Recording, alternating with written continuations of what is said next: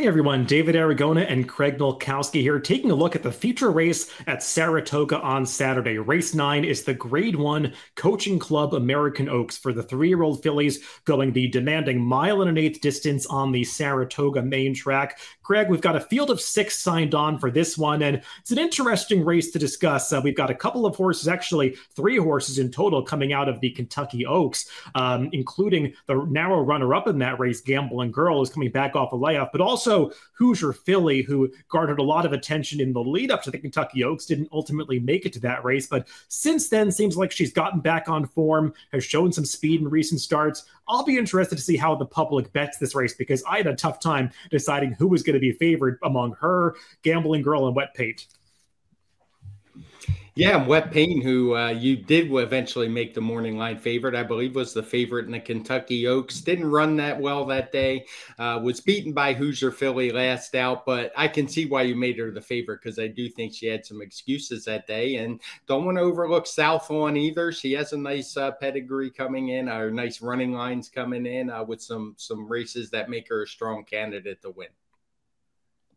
Well, before we get to those main contenders, let's take a look at the Timeform US pace projector for this CCA Oaks. And I agree with this, Craig. I mean, the horses to the outside look like the ones with a little bit of speed, and especially the number 5, Hoosier Philly, who was successful leading gate to wire last time, controlling that Monomoy Girl at Ellis on the front end throughout. And that's when Hoosier Philly is dangerous, when she's able to relax, set some moderate fractions, settle into that long loping stride, and get comfortable up front. And we'll see if she's able to do that on the lead in the CCA Oaks.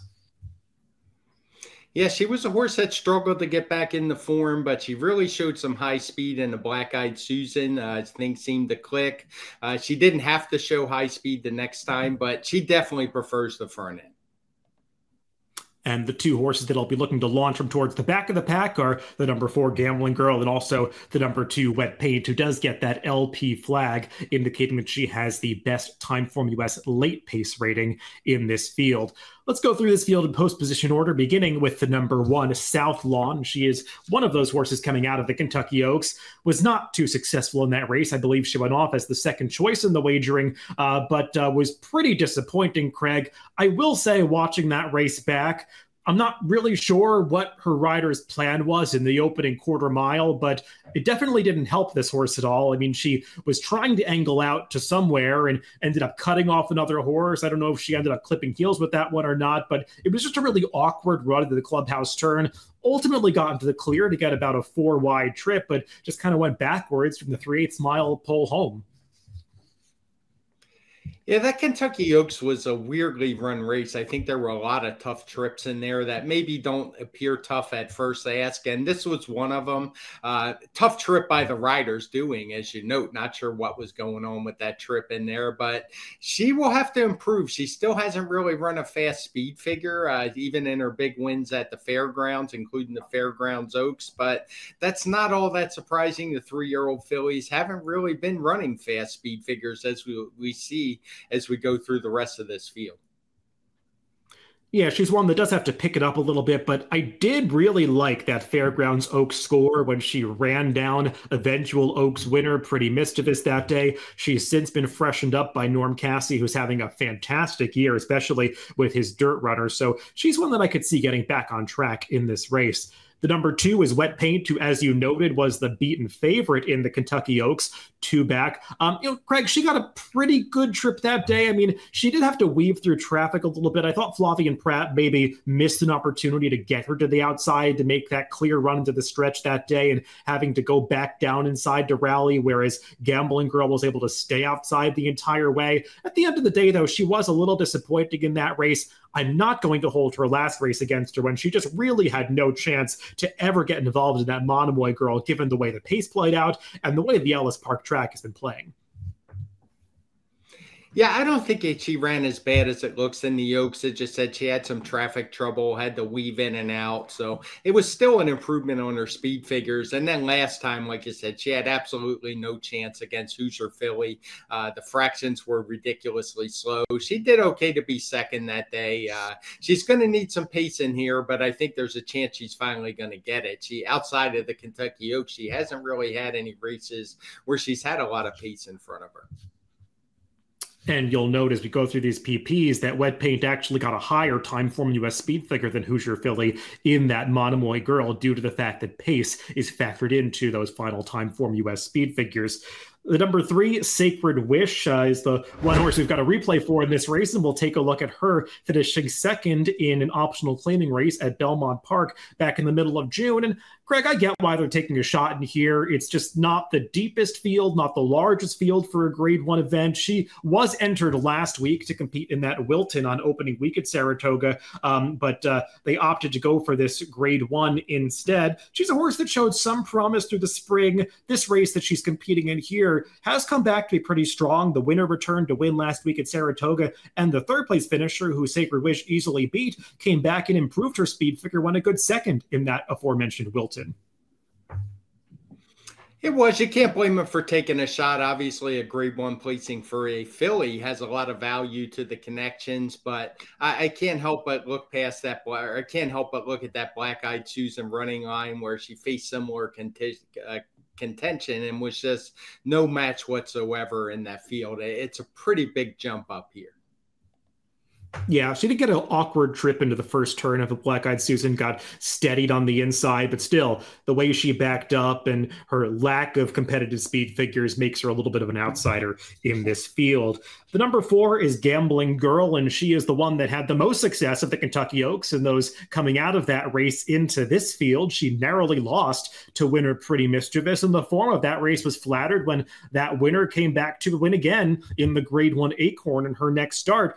The problem with Gambling Girl, Craig, is where did that race come from? Because prior to that, she wasn't running particularly fast speed figures. She was just kind of picking up pieces in some slower races. So are we just supposed to trust that the new version of Gambling Girl emerged last time in the Oaks?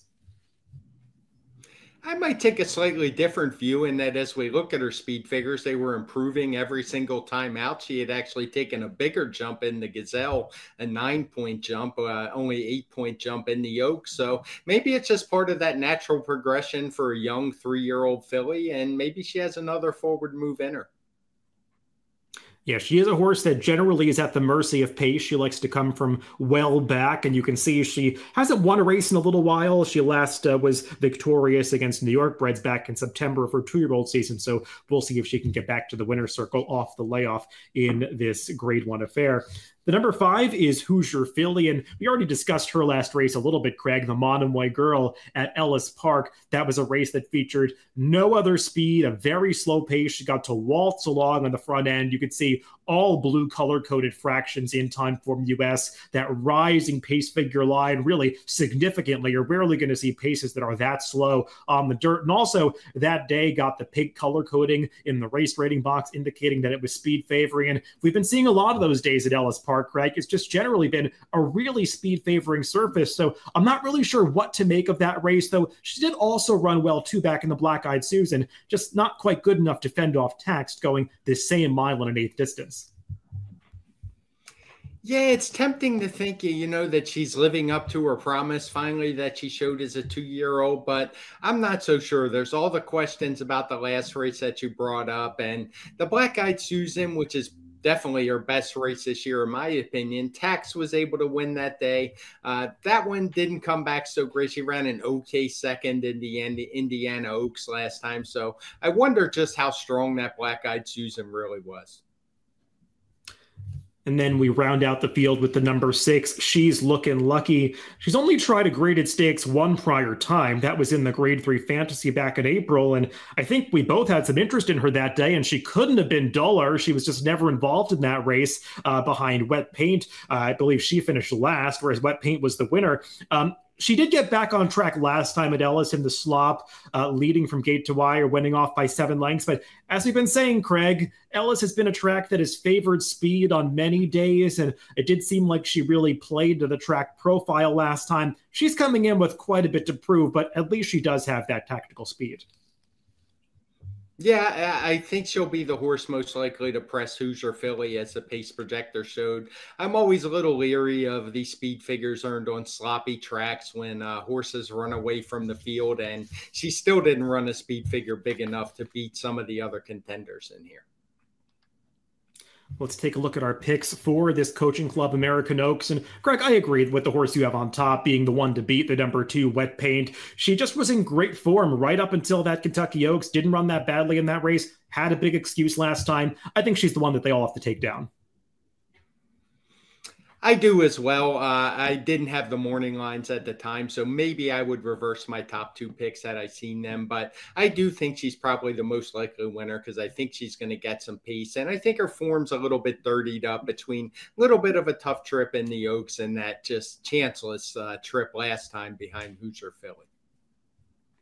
And I'm going to give another chance to the number 1 South Lawn. Obviously, the Oaks did not go according to plan for her, and it was a disappointing effort, but now she's back off the layoff. I liked her progression early in the season. I think the 1 1/8 is the right distance, so perhaps she can bounce back at a slightly better price. The number 1 South Lawn for me, the number 2 Wet Paint for Craig in the Grade 1 Coaching Club American Oaks on Saturday at Saratoga. Good luck if you're playing the races this weekend.